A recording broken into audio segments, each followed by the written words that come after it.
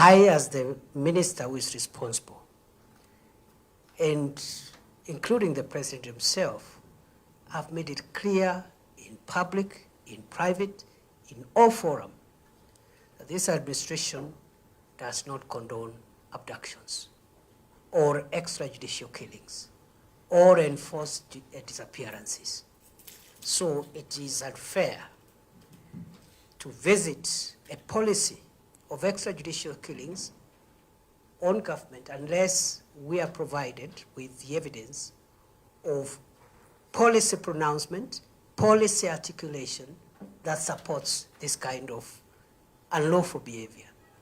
And going forward, I think the challenge we have, Chair, as a country, is just to make sure that anybody who breaks the law, even if they are law enforcement people, they are brought to account. And I think in the spirit of the national, the police and other security sector reforms which we have initiated, I want to promise Kenya that we will rein in on any excesses by law enforcement officials to use weapons that are bought with the taxes of the people of Kenya outside the law to harm the people of Kenya, to kill the people of Kenya, or even to arrest them in a manner that is inconsistent with the Constitution. In a nutshell, this government, and I say without fear of contradiction, does not condone extrajudicial killings, does not condone abductions by any person, whether a criminal or a law enforcement agency. Lastly, the member has asked about the missing persons. Again, the supplementary list will contain the OB number and the people who are reported missing per county. I think Nairobi has the highest. Nyandarua, I think, was the highest. Nyandarua had 13 cases reported. But what I want to inform the committee chair through you is that it is not scientifically correct to say that when someone is reported missing, they have been abducted. It is also not scientific to say that if a missing person report has been made, that that person has been abducted because they were participating in a demonstration. We have had a problem in this country for the last so many years of persons who are reported missing. Some of them have been traced eventually after months, others after weeks, others after years, others have never been found. And therefore, while we got some missing person reports from actually across the country, incidentally including some of the parts of the country where the demonstrations were not violent or were not even present. And that breakdown per county is provided. And therefore, with the great respect to the committee, I want to submit, Chair, that again, just like the cases of the deceased people, those who died, though those who are reported missing, we continually to look for them, to trace them, and we are appealing for information that can help us trace them. And it is the business of the police to make sure that the country is safe and people are protected from criminals, and it cannot be the policy of this government to support any harm on any Kenyan for politics or for whatever reason, because that would violate our constitution. I submit. Finally, Chair, just on the same issue, Waziri, a number of these people who were killed, the 42 according to your record, even though normal media and through ISK and other LSK and other organizations say the number is much, much higher. Actually, yesterday in the news, they talked about 61 cases, and several numbers are still missing up to now. You have admitted quite a number of these so-called people who were killed by bullets. And obviously, those are police bullets.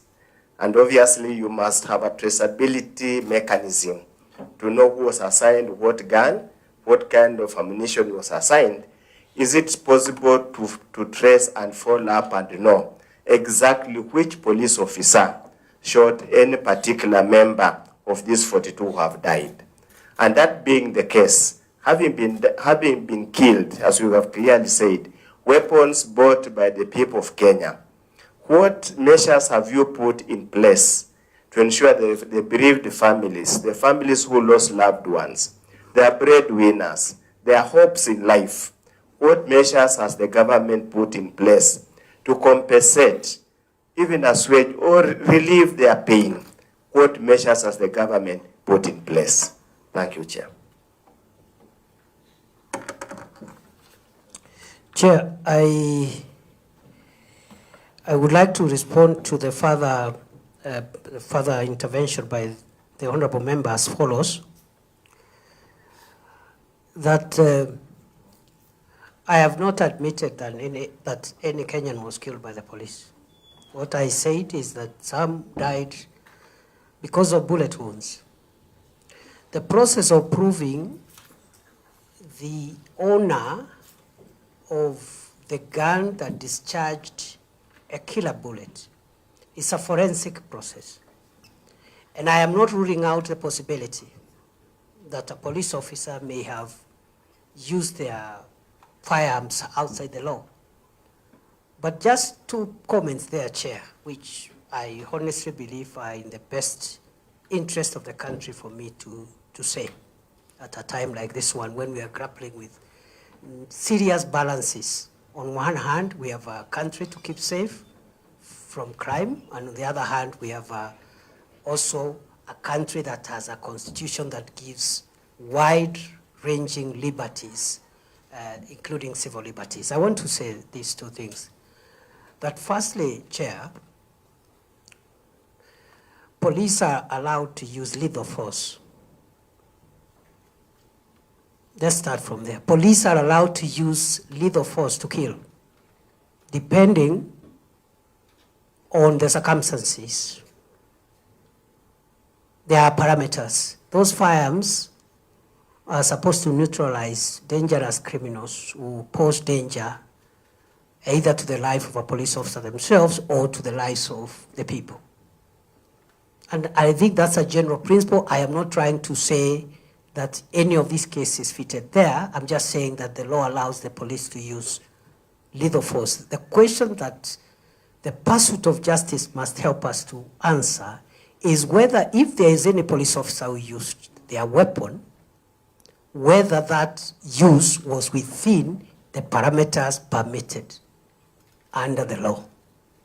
If they were not within the parameters, then that police officer must be held accountable. And I know I have been briefed, IPOA is already at an advanced stage of doing that investigations. It requires forensics. You can trace the bullet to a gun and the license, who owns that gun. The second point, and